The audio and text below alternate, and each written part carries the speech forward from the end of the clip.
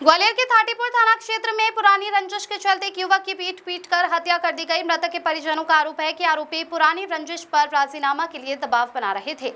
इनकार करने पर आधा दर्जन बदमाशों ने घेरकर लाठी डंडों से हमला कर दिया। इलाज के दौरान युवक की मौत हो गई। पुलिस ने हत्या का मामला दर्ज कर आरोपियों की तलाश शुरू कर दी है। दरअसल घटना थाटीपुर थाना क्षेत्र के नदीपार टाल स्थित श्रीनगर कॉलोनी की है, जहाँ टिकमगढ़ निवासी 24 साल का कालू सेन की हत्या हुई है। कालू शुक्रवार को टिकमगढ़ से अपनी मौसी के बेटे रामजीवन के घर पैसे लेने ग्वालियर आया था। इसी दौरान मृत्युंजय उर्फ महाकाल लल्ला चौहान सहित आधा दर्जन बदमाशों ने उसे घेर लिया।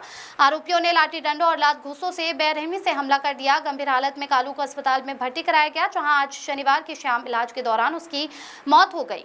मौत की सूचना मिलते ही पुलिस मौके पर पहुंची और पूछताछ के बाद शव को पोस्टमार्टम हाउस के लिए दिया।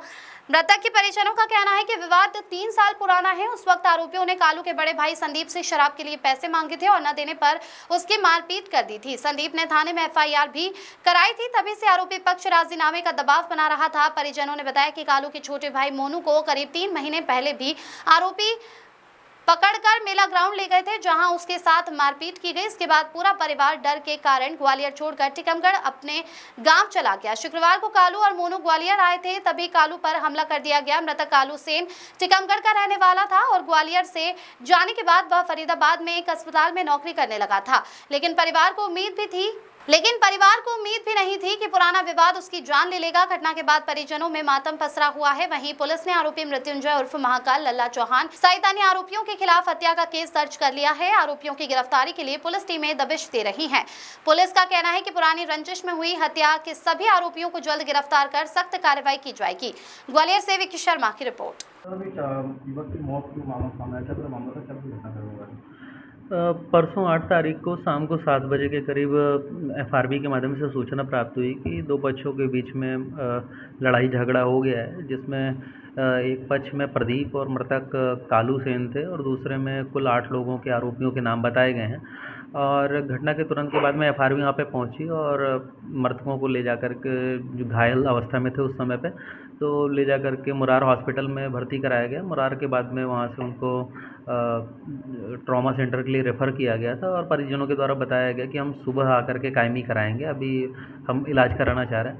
और सुबह इलाजरत रहने के दौरान इनकी कालू सेन की मृत्यु हो गई थी और सुबह आकर के उन्होंने थाने में एफआईआर पंजीबद्ध कराई है, जिनमें उन्होंने नामजद 8 आरोपियों के नाम बताए हैं। और घटना के एफआईआर पंजीबद्ध होने के कुछ घंटों के पश्चात ही एक आरोपी प्रिंस गुर्जर को पुलिस के द्वारा गिरफ्तार किया गया है।